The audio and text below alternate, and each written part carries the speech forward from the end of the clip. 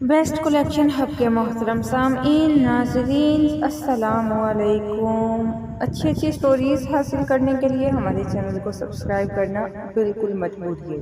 بے پردہ عورت پر اللہ کا عذاب۔ جیسا کہ ہم اکثر سنا کرتے ہیں کہ فلاں جگہ پر فلاں شخص زندہ ہو گیا، اس نے مرنے کے بعد کا حال سنایا اور پھر مر گیا، ایسی ویڈیوز بھی دیکھتے ہیں۔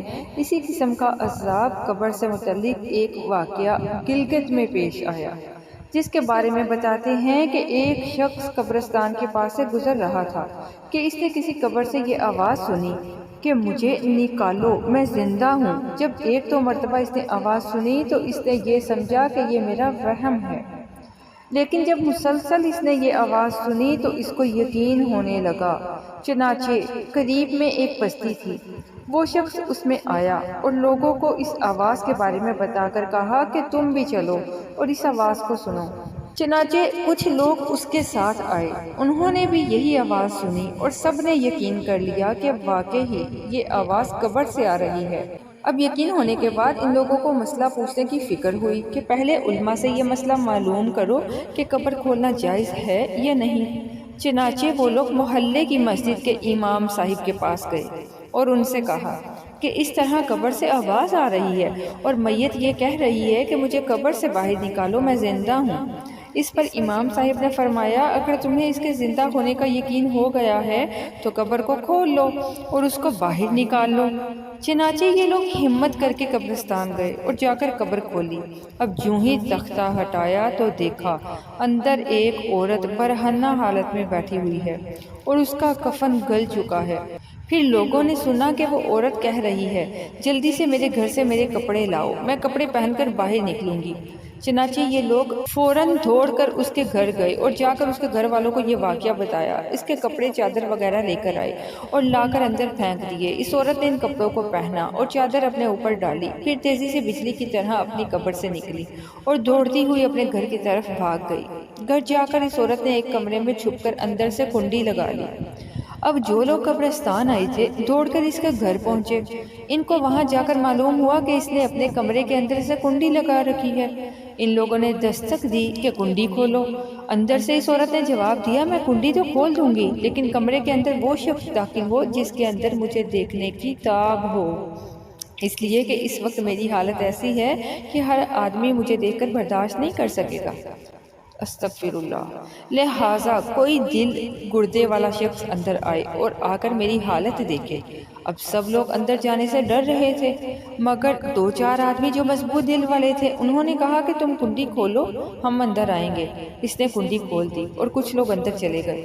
لوگوں نے اندر جا کر دیکھا وہ عورت اپنے آپ کو چادر میں چھپائے بیٹھی ہوئی تھی۔ جب یہ لوگ اندر پہنچے تو اس عورت نے سب سے پہلے اپنا سر کھولا۔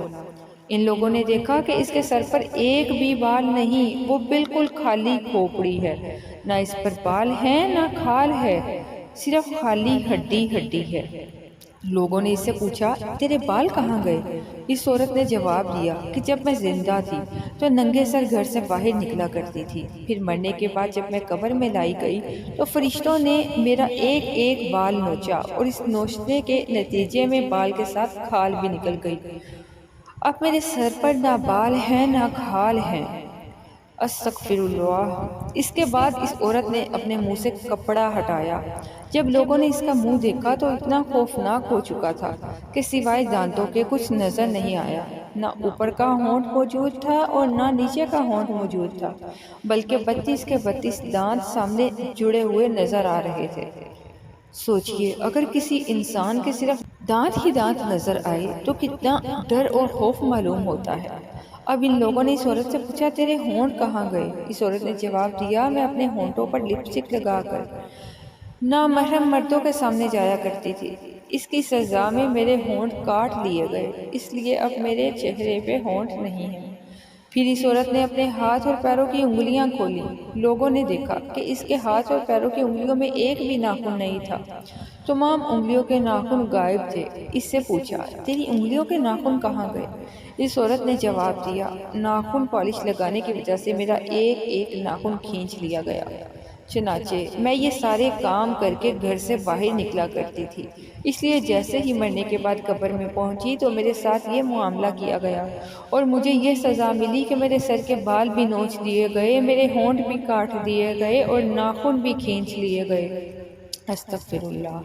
اتنی باتیں کرنے کے بعد وہ بے ہوش ہو گئی اور مردہ بے جان ہو گئی، جیسے لاش ہوتی ہے۔